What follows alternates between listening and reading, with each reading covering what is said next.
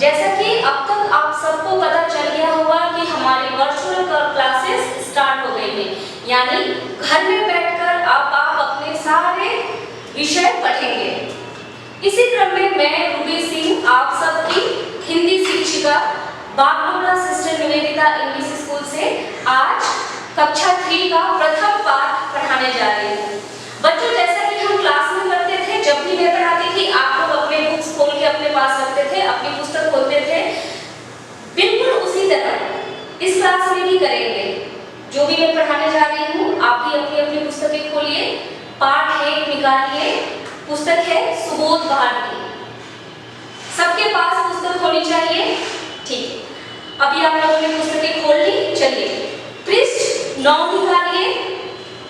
प्रकृति का संदेश, पृष्ठ 9, पाठ 1, प्रकृति का संदेश।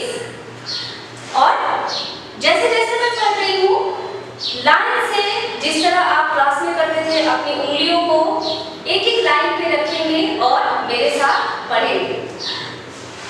पर्वत कहता शीश उठाकर तुम भी ऊंचे बन जाओ, सागर कहता है लहराकर मन में गहराई लाओ, समझ रहे हो क्या कहती है, उठ उठ गिर गिर तरल तरंग, भर लो अपने मन में मीठी मीठी मृदुल उमंग, पृथ्वी कहती धैर्य न छोड़ो, कितना ही हो सिर पर भार, नभ कहता है फैलो इतना, ढक लो तुम सारा संसार। इसके कवि हैं सोहनलाल द्विवेदी। तो बच्चों, यहाँ पे मैंने कविता पढ़ी। अब सबसे ऊपर देखिए लिखा है उच्चारण अभ्यास। कविता में कुछ शब्द हैं जिन्हें पढ़ना आपके लिए कठिन हो सकता है, इसीलिए हम उनका उच्चारण अभ्यास करेंगे। अभी मैं जिन शब्द को एक बार पढ़ूंगी आप उन्हें 5 बार दोहराएंगे। पहला शब्द है पर्वत, दूसरा ऊंचे, तीसरा मृदुल, चौथा पृथ्वी, पांचवा धैर्य, छठा फैलो और 7वां संसार। बच्चों, यहाँ पे फिर से हम कविता पढ़ेंगे। पर्वत कहता शीश उठाकर तुम भी ऊंचे बन जाओ। पर्वत हमें क्या शिक्षा दे रहा है, क्या बता रहा है? पर्वत हमें बोल रहा है कि तुम भी मेरी तरह अपना शीश उठाकर ऊंचे बन जाओ। यहाँ पे सिर्फ सर को उठा लेने से हम पर्वत के समान ऊंचे नहीं बन जाएंगे। पर्वत के कहने का अर्थ है, पर्वत हमें यह सीख दे रहा है कि हम अपने काम से, अपने कर्म से कुछ ऐसा करें कि पर्वत की तरह ऊंचे रहें, हमारा सम्मान हो। सागर कहता है लहराकर मन में गहराई लाओ। सागर भी लहराकर हमें कुछ सीख दे रहा है। वह हमें क्या सीख दे रहा है कि तुम मेरी तरह अपने मन में गहराई लाओ, यानी समझदार बनो, बातों को समझो गहरे रूप से। समझ रहे हो क्या कहती है, उठ उठ गिर गिर तरल तरल। सागर में जो लहरें होती हैं, कभी उठती हैं कभी गिरती हैं। भर लो अपने मन में मीठी मीठी मृदुल उमंग, समझ रहे हो क्या कहती है, उठ उठ गिर गिर तरल तरल। भर लो अपने मन में मीठी मीठी मृदुल उमंग। ये जो सागर की लहरें हैं, जो बार बार उठती हैं, बार बार गिरती हैं, हमें शिक्षा दे रही है कि बार बार गिर गिर कर उठे और अपने मन में खुशी रखे, मृदुल उमंग रखे, एक कोमल उमंग, खुशी रखे मन में। हमें किसी चीज से हारना नहीं है, चाहे हम बार बार गिरे, हमें फिर उठना है। पृथ्वी कहती धैर्य न छोड़ो, कितना ही हो सिर पर भार, नभ कहता है फैलो इतना, ढक लो तुम सारा संसार। पृथ्वी कहती है कि तुम धैर्य ना छोड़ो, धीरज ना हो, चाहे तुम्हारे सर पे कितना ही भार क्यों ना हो, कितनी ही मुसीबत क्यों ना हो, लेकिन घबराओ नहीं, अपनी धीरज बनाए रखो। नभ कहता है फैलो इतना, ढक लो तुम सारा संसार। अब नभ यानी कि आकाश हमसे क्या कहता है? आकाश ये कहता है कि तुम मेरी तरह ऐसे फैल जाओ कि तुम्हारा यश पूरे संसार में छा जाए। जब हम कुछ अच्छा काम करें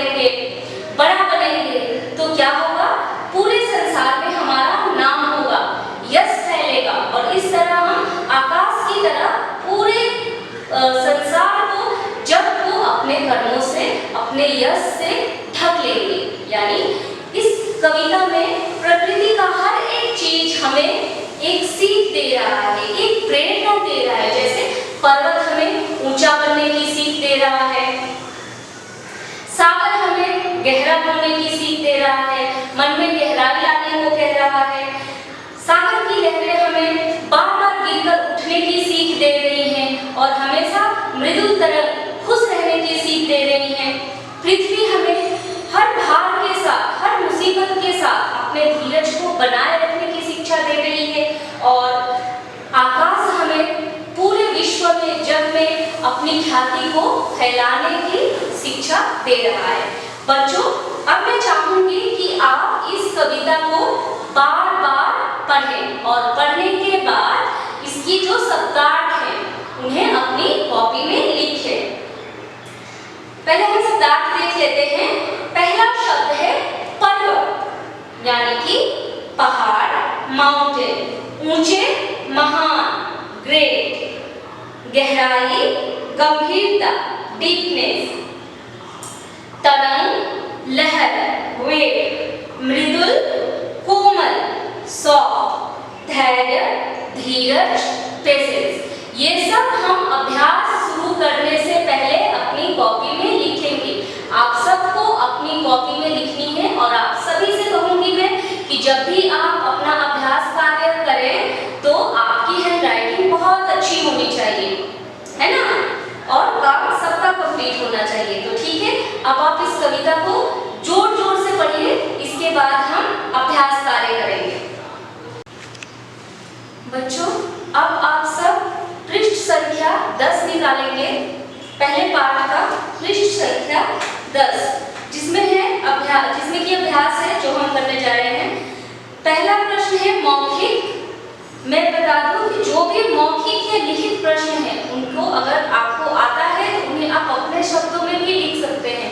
यहाँ से उत्तर देख के या फिर जो पीडीएफ जाएगी आपके पास, उत्तर देखकर आपको लगता है कि इसका उत्तर मैं अपने शब्दों में लिखूं तो आप जरूर प्रयत्न कीजिए, लेकिन प्रश्नों के उत्तर सही होने चाहिए। पहला प्रश्न है प्रकृति हमें क्या संदेश दे रही है? उत्तर है प्रकृति हमें नभ के समान ऊंचा, पृथ्वी के समान धैर्यशील, सागर के समान गहरा और नभ के समान बड़ा बनने और अपने यश से दुनिया को ढक लेने का संदेश दे रही है। प्रकृति हमें नभ के समान ऊंचा, सागर के समान गहरा, पृथ्वी के समान धैर्यशील और आकाश के समान अपने यश को इतना बढ़ाना कि हम पूरी दुनिया को, पूरे संसार को ढक लें। इन सब चीजों की प्रेरणा दे रही है, सीख दे रही है या संदेश दे रही है। दूसरा प्रश्न है इस कविता को याद करके जोर जोर से गाइए। वो यहाँ पे नहीं लिखा प्रश्न, इस कविता को आपको याद करना है और जोर जोर से गाना है। अब हम चलते हैं लिखित की ओर। लिखित प्रश्न 1, प्रश्न मैंने यहाँ पे नहीं लिखे हैं, प्रश्न आपको अपनी कॉपी में लिखनी है और उसके बाद उत्तर लिखना है। प्रश्न है पर्वत सदा स्वाभिमान पूर्वक शीश उठाकर खड़ा रहता है, वह हमें प्रेरणा देते हुए कहता है कि, अब उत्तर लिखेंगे, वह हमें प्रेरणा देते हुए कहता है कि तुम भी मेरी तरह ऊंचे बनो, स्वाभिमानी बनो और स्वयं के सम्मान को कभी झुकने मत दो। यानी पर्वत हमें क्या संदेश देता है? ऊंचा बनने का, स्वाभिमानी बनने का, अपने सम्मान को कभी भी ना खोने का या अपना सम्मान बनाए रखने का। दूसरा प्रश्न है पृथ्वी हम सबका भार उठाती है, धैर्यपूर्वक हमारे लिए अन्न उगाती है, जल फल फूल देती है, इसलिए वह हमसे कहती है कि तुम भी धैर्यवान बनो, सिर पर चाहे जो भी भार हो, जैसी भी मुसीबत आए पर अपने धैर्य को टूटने नहीं देना है, इसे हर हाल में बनाए रखना है। तीसरा प्रश्न है सागर हमसे मन में गहराई लाने के लिए क्यों कहता है? सागर हमसे मन में गहराई लाने के लिए क्यों कहता है? उत्तर है सागर हमसे मन में जीवन में सफल और समझदार बनने के लिए मन में गहराई का होना जरूरी है। जब हमारा मन गहरा होगा तभी हम चीजों को अच्छे से समझ सकते हैं, यानी समझदार बन सकते हैं। इसलिए सागर ने हमें मन में गहराई लाने के लिए कहा है। प्रश्न 4 है, प्रश्न मैंने यहाँ पे नहीं लिखे हैं, प्रश्न आपको पुस्तक से देखना है और देख के अपनी कॉपी में लिखनी है। प्रश्न 4 है, मन में मीठी मीठी कोमल उमंगें भरकर क्या होगा? मन में मीठी मीठी कोमल उमंगें भरकर क्या होगा? उत्तर है, मन में मीठी मीठी कोमल उमंगें भरकर हमें खुशी मिलेगी, हमारे मन में उत्साह जागेगा। प्रश्न 5 है, हम किस प्रकार संसार को ढक सकते हैं? सही उत्तर चुनिए। धुएं से, चादर से, आसमान से या यश से? उत्तर है ख, यश से। फिर हम आते हैं भाषा की बात पे। प्रश्न 1, भाषा की बात में प्रश्न 1 है, कविता में तुकान शब्द चुनकर लिखिए। तुकान शब्द यानी राइमिंग वर्ड्स। पहला शब्द है उठाकर, उत्तर है लहराकर। दूसरा शब्द है जाओ, उत्तर होगा लाओ। आप चाहें तो आपके खुद के भी राइमिंग वर्ड्स बना सकते हैं, दुकान शब्द बना सकते हैं कविता से चुनकर। जैसे लहराकर का और क्या हो सकता है, लेकिन कविता से ही चुनना है। तीसरा शब्द है तरंग, इसका दुकान शब्द होगा उमंग। चौथा शब्द है बन, तुकान शब्द मन। पांचवा शब्द है भार, तुकान शब्द संसार। छठा शब्द है कितना, तुकान शब्द है इतना। फिर हम बढ़ेंगे पृष्ठ संख्या 11 की ओर। भाषा की बात में ही पृष्ठ संख्या 11, प्रश्न 2, कविता में से एक से शब्द के जोड़े चुनकर लिखिए। जैसे यहाँ पे एक उदाहरण दिया है उठ उठ, कविता में से एक से शब्दों के जोड़े चुनकर लिखने हैं। गिर गिर भर लो, ये जोड़े हैं जो एक जैसे शब्द हैं जिन्हें दोहराया गया है। गिर गिर भर लो। प्रश्न 3 है, पढ़िए, समझिए और लिखिए। उदाहरण दिया हुआ है कहना, कहकर। प्रश्न है उठना, उत्तर होगा उठकर। लाना, लाकर। समझना, समझाकर। यहाँ पे देखिए कुछ डॉट्स हैं, इनमें भी हमें भरना है। ब्रैकेट में जो शब्द हैं उनका रूप बदलकर हमें लिखना है।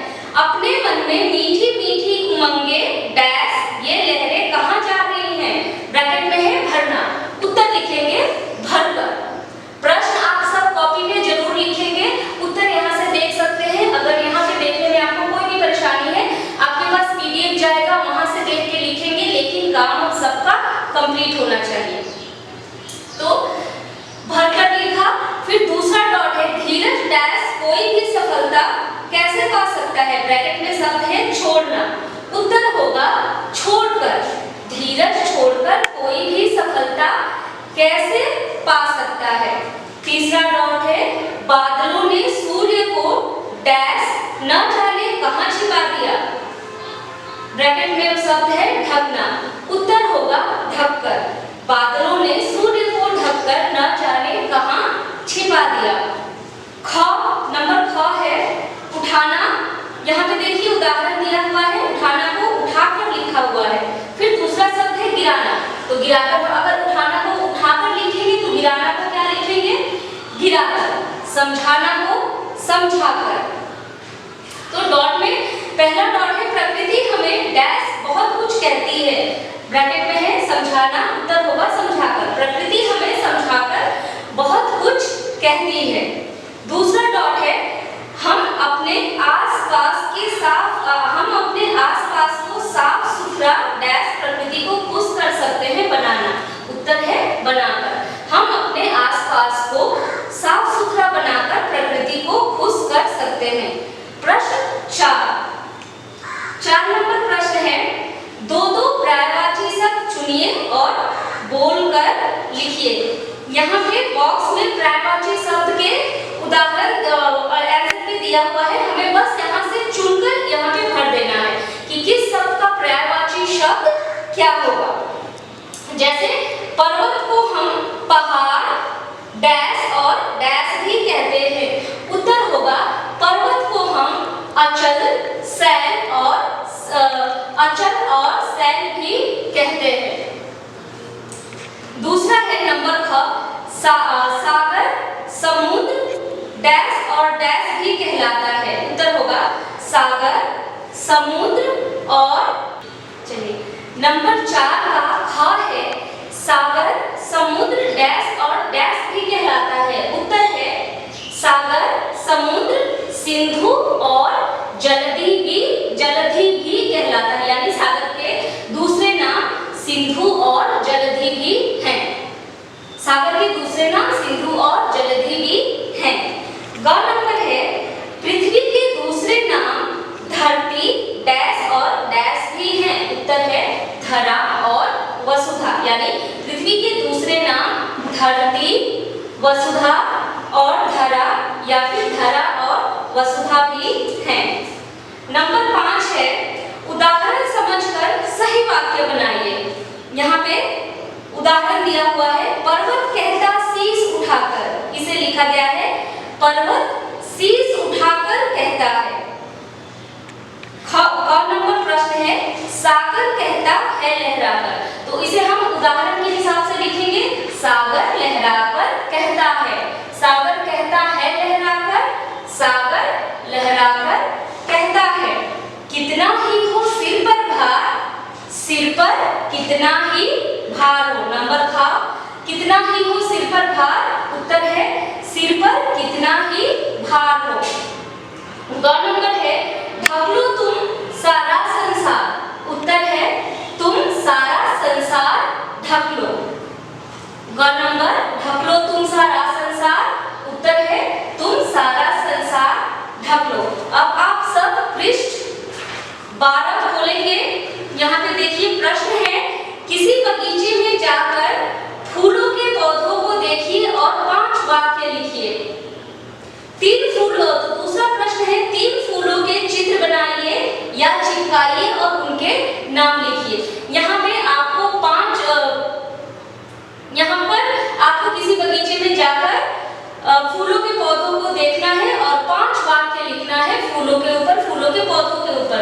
दूसरे प्रश्न में 3 फूलों के चित्र बनाने हैं और उनके नाम लिखने हैं। यहाँ पे 3 फूल के चित्र बनाने हैं और उनके नाम लिखने हैं। यह आप सबका गृह कार्य है। ये सारे अभ्यास कार्य पूरे हो जाने के बाद आपको ये गृह कार्य करने हैं। धन्यवाद।